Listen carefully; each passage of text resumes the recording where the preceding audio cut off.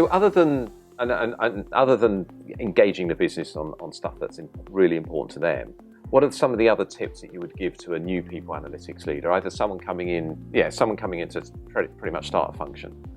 I mean, David, there's so much to learn from that kind of Yes. experience, right? With starting from scratch and not knowing where to go. I would call out 3 things as I look back, and this was almost 4 years ago. So the first one would be just get going, right? Many times you kind of start imagining, oh, I need this tool, I need that kind of data. If you know the gender of your employees, and if you have Microsoft Excel, you can do people analytics. My first key learning was, with whatever we have, we can actually start doing analytics. And imagine in that example, if you looked at gender by level, you can start seeing where the tipping point is, and you can start taking action to build women in leadership. So that's a simple way of just getting going.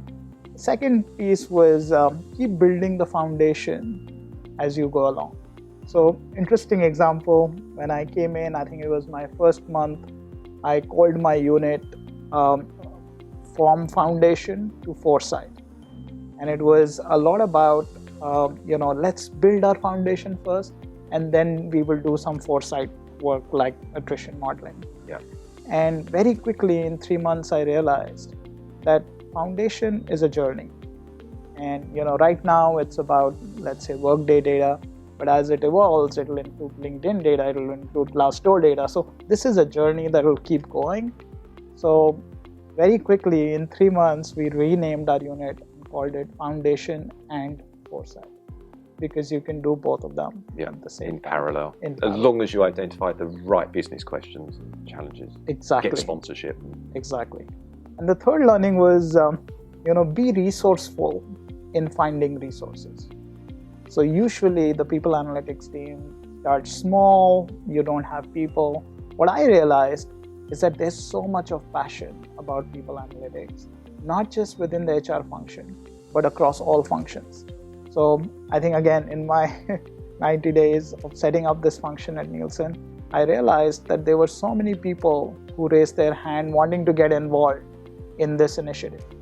And I didn't have the resources or the budgets to do that. So what I did was I formed a community of people analytics. Initially all the HR people who were interested, they joined in. And when I left Nielsen 18 months later, that community was 67 strong. It had people from finance, from commercial, from IT, from data science, all putting their hands up and wanting to really add value to the community. So I think as you start this function, start with that kind of a mindset. Look at whatever you have in terms of data. Keep building that foundation, but get going, and then be resourceful in finding resources. Right, that's some really good advice. And in this series, we will be speaking to a range of senior leaders who are pushing a data-driven and digital HR agenda.